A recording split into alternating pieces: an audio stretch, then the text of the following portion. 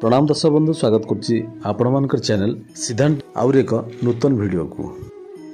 मो प्रिय अगणित दर्शक बंधु,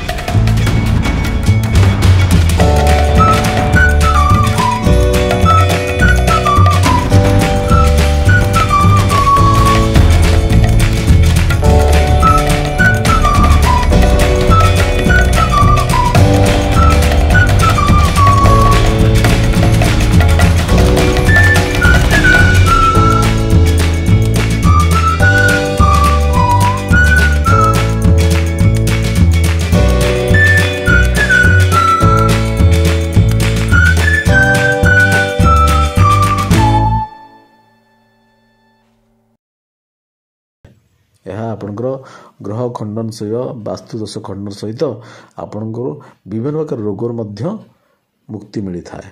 आपण विभिन्न प्रकार रोग आपण सहित संक्रमित रोग आपण देहरे प्रवेश कर न थाए। तेणु आपणकर घर सामने 50 फुट भीतर गछ लगाउछन्ती ताहले निश्चित आपनको सुफल मध्य मिली थाए। जदि आपण किछि मानसिक रखिबा चाहुछन्ती, मानसिकटे पूर्ण हेबा चाहुछन्ती बा मानसिक रखिबा चाहुछन्ती, ताहले आपण एई कथाटी जे करिवे निश्चित भावे आपण सुफल पाइबे।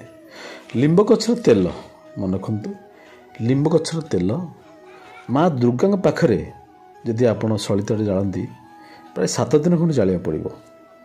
आ जालिबा समय कहंतु ओम दूम दुर्गाय नमः, ओम दूम दुर्गाय नमः।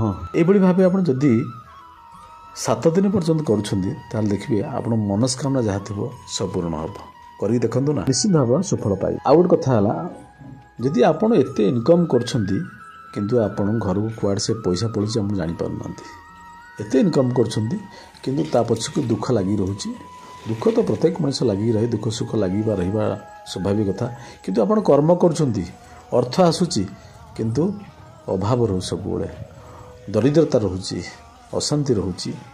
आपण कोन करिवे ना, गुरुवार दिन मन रखंतु, गुरुवार दिन एई लिंब पत्र नि आसंतु, सुखिला लिंब पत्र आनी आपण धुआं करंतु, धुआं करके घर भितर दियंतु, धुआंटी सबआड़े की दियंतु। किछि गुरुवार करंतु, देखिबे आपणकर वास्तुदोष खंडन सहित दरिद्रता मध्य समाधान, दरिद्रता मध्य कटि थाए। आपण धन धान्य परिपूर्ण होइताए घर, देखिबे ना निश्चिंत सुफल पाइबे। यह व्यतीत आपण संक्रामक जो रोग थाए से रोग मध्य आपण देहरे प्रवेश कर न थाए। जे भली भाबे आपणकर कैंसर रोग को आपण शरीर को प्रवेश करा को देई न थाए। जदि आपण घरे धनर अभाव रहउछि, धन आपण को आसु नाही, जिते कर्म कले मध्य धन आसु नाही, धन आपणकर चिरस्थायी तो धन होई न थाए, किंतु धन किछि आपण संचय कर पनांती, सबले धनर अभाव रहउछि।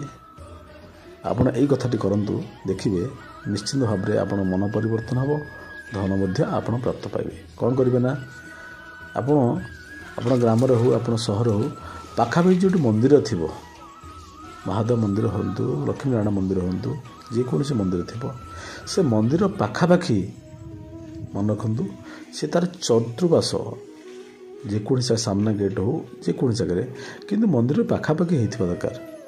पाखापाखि এই ଗଛଟି ଲଗାନ୍ତୁ। ଯେତେ ଯେତେ ସେ ଛାଇଟି ଲିମ୍ବ ଗଛର ଛାଇଟି ସେ ମନ୍ଦିର ଉପରେ ପଡ଼ିବ ସେତେ ଯେତେ ଆପଣ ଧନବାନ ହେବେ, ସେତେ ଯେତେ ଆପଣ ସୁଫଳ ପାଇବେ।